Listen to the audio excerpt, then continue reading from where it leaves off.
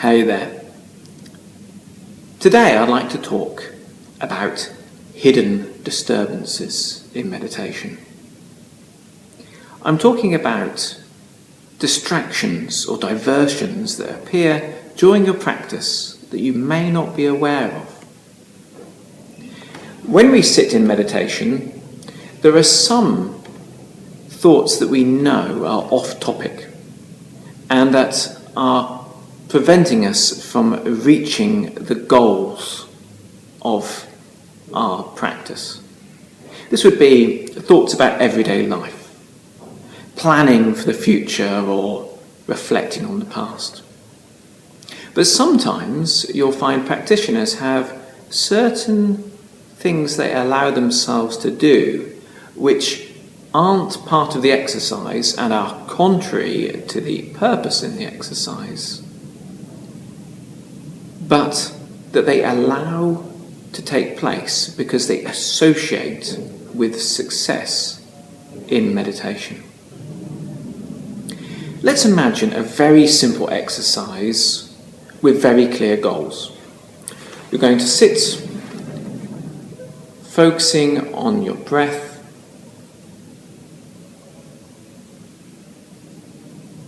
and you're looking to have a one-pointed mind, to have the mind just resting on the breath, watching it as if it's precious, and using this as a means to create the ideal state of consciousness, completely aware, with a joyful purity, just on the breath.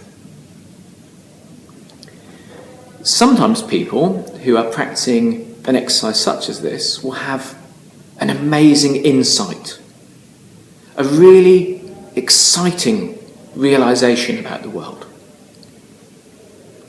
And because they associate meditation with these moments of sudden enlightenment, they will explore it and look for more. Now, of course, this insight may be very valuable, and it could be something that is worth exploring separately later on. And indeed, there are separate exercises when you muse upon one subject in order to gain more understanding of it.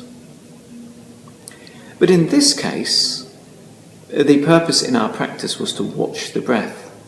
So this thought should have been allowed to drift by just like any other external or internal disturbance. Likewise, you'll find some people believe that meditation is a means or a time to open up your imagination or your intuition or your higher senses. So during their practice, if they become aware of something or if images form in their mind, they'll be excited by these and see them as signs of success. Soon the breath is no longer the focus.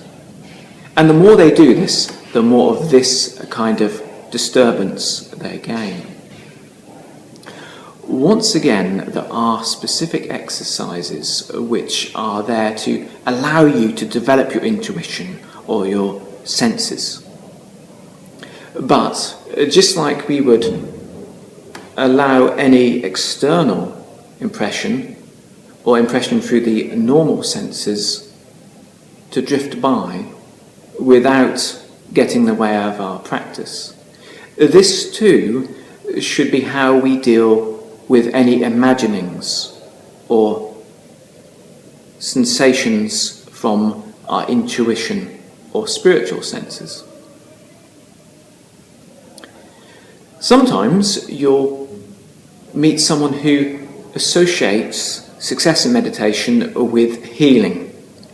So if they experience an emotion from the past or a sense of catharsis, a release of a barrier or blockage, which occurs during the practice, this will become their focus, and they believe that experiencing it fully is an important thing. And they will start to look for this in future occasions as a sign of success. Once again, we have a confusion between a side effect or a benefit of practice and with the purpose of the exercise itself. This disturbance should be allowed to pass with dispassion. And indeed, this is the best way to help that process take place, is to observe this release with disinterest and keep the mind on the breath.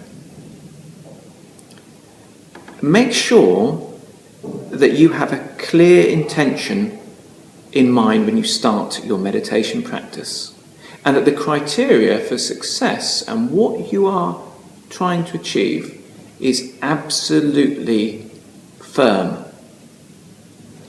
By doing so, you will be able to get the most from the time you spend in meditation and be able to benefit so much more from this discipline in the long term. My name is Martin Faulks, and I hope that this video has been of use to anyone who wants to get the most from their practice. Until next time, let's let every word, thought, and action count.